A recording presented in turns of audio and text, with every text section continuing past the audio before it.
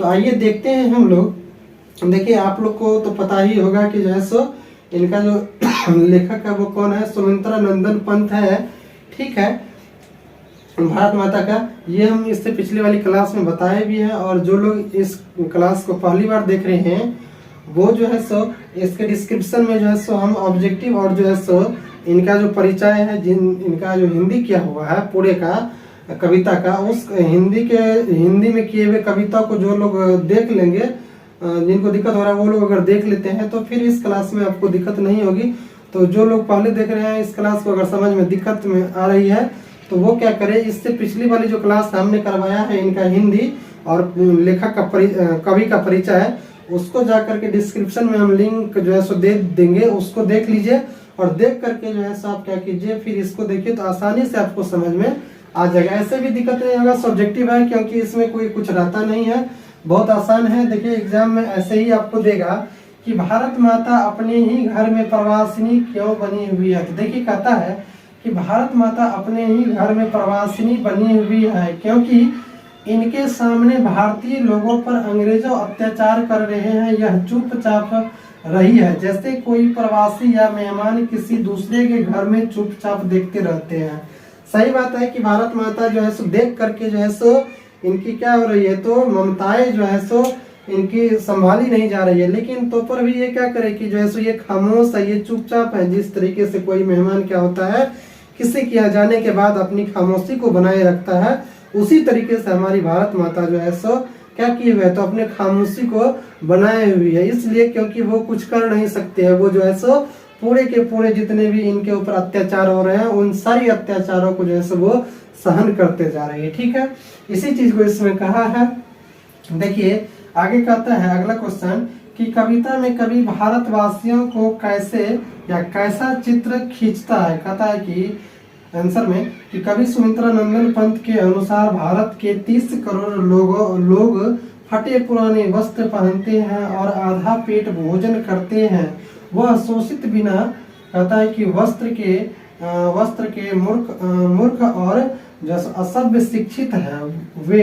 अंग्रेजों के सामने नतमस्तक है और वृक्ष के नीचे निवास करने के लिए क्या है, तो मजबूर है। सही बात है कि जो है सो अंग्रेजों के अत्याचार से जो है सो वो क्या है, परेशान है, और जो है सो वे फटे पुराने कपड़े पहन, जो हमारी भारत माता की 30 करोड़ संतान है वो क्या हो रहा है, तो फटे पुराने कपड़े पहन के अपने जीविका चला रहे हैं, आधे पेट भोजन करते हैं,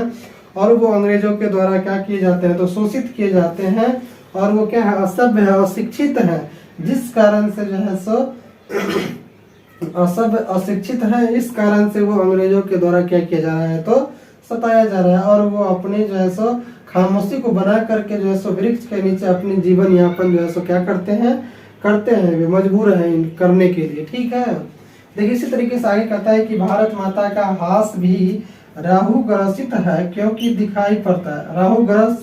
ग्रसित क्यों दिखाई पड़ता है, यानी कहता है कि भारत माता का जो हास भी जो है सो क्या है, तो राहु ग्रस्त दिखाई क्यों पड़ता है। ठीक है, तो कहता है कि जो है सो भारत माता का हास भी ग्रसित दिखाई पड़ती है क्योंकि भारत माता पर उगे स्वर्ण जैसे फसल को अंग्रेजों के पैरों तले कुचला जा रहा है। सही बात है,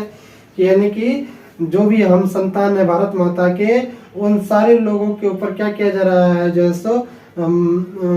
अंग्रेजों के द्वारा कुचला जा रहा है, मारा जा रहा है, पीटा जा रहा है, सताया जा रहा है। ठीक है, तो इसी चीज को जो है सो फसल से संबोधित करके ये कहते हैं। ठीक है, ये कहता है कि इससे अगला क्वेश्चन कि कभी भारत माता को गीता प्रकाशिनी मानकर भी जान मूड क्यों करता है। कहता है कि भारत विश्व के सबसे महत्वपूर्ण ग्रंथों में से एक ग्रंथ गीता है, गीता को प्रकाशित करने वाला देश है,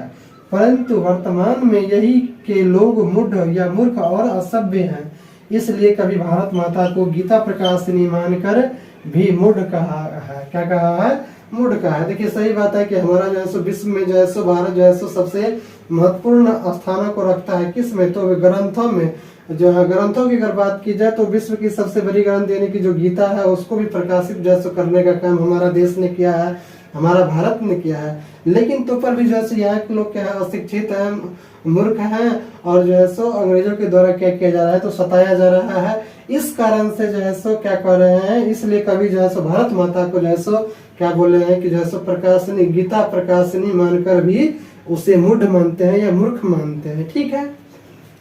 देखिए इसी तरीके से कहता है कि कवि की दृष्टि में आज भारत का तप संयम क्यों सफल है। कहता है कि कवि को आज भारत माता का तप संयम सफल होता हुआ दिख रहा है, क्योंकि उसे ऐसा लगता है कि गांधी जी भारत माता का अहिंसा रूपी दूध पीकर लोगों को अंग्रेजों से बचाने आए। सही बात है कि जैसा कहता है कि कभी जो है सो आज जो है सो भारत माता का संयम सफल होते दिख रहा है, और जो है सो हमारे जो गांधी जी हैं वो क्या कर रहे हैं, तो भारत माता की जो है सो शक्तियों को प्राप्त करके भारत माता की जिस तरीके से कोई अपनी माँ के स्तन से दूध पी करके और अपनी क्या करता है, शक्ति को प्रदान करता है, उसी तरीके से गांधी जी भी जो है सो भारत माता के स्तन से अहिंसा रूपी दूध को पी करके जो है सो वो क्या कर रहे हैं, अंग्रेजों से लड़ करके जो है सो वो अपने देश के लोगों को जो है सो स्वतंत्र करवाना चाहते हैं। इस कारण से जो है सो वो कह रहे हैं कि जो है सो गांधी जी भारत माता का अहिंसा रूपी दूध पीकर लोगों को अंग्रेजों से बचाने का वह काम कर रहा है। सही बात है कि अंग्रेजों से इन्होंने क्या किया, तो लोहा लेकर के जो है सो सभी लोगों को जो है सो स्वतंत्र कराने का इन्होंने काम किया, और इनके साथ साथ हमारे देश के और भी जो है सो वीर जवानों और जो है सो देश के जो है सो कह सकते हैं तो एक तरीके से जो स्वतंत्रता सेनानी थे, और भी वो लोग क्या हुए तो पूरे अपनी योगदान को दे करके और हमारे देश के लोगों को, हमारे भारत माता की जो संतान है उन संतानों को अंग्रेज से छुटकारा दिलाने का काम इन्होंने किया। ठीक है, तो देखिए इसमें इतना ही जो है सो क्वेश्चन है, इससे बाहर क्वेश्चन जा नहीं सकता सब्जेक्टिव। ये आप लोग जो है सो निश्चिंत रहिए, क्योंकि एग्जाम में जितना भी क्वेश्चन आ सकता है इस चैप्टर से सब्जेक्टिव में, इन सारे सब्जेक्टिव को हमने कराने का पूरा प्रयास किया सरल तरीके से, ताकि आप लोग को समझ में भी आ जाए आसानी से, और आप लोग को एग्जाम में क्वेश्चन भी क्या हो तो नहीं छूटे। ठीक है, इसलिए जो है सो हम लोग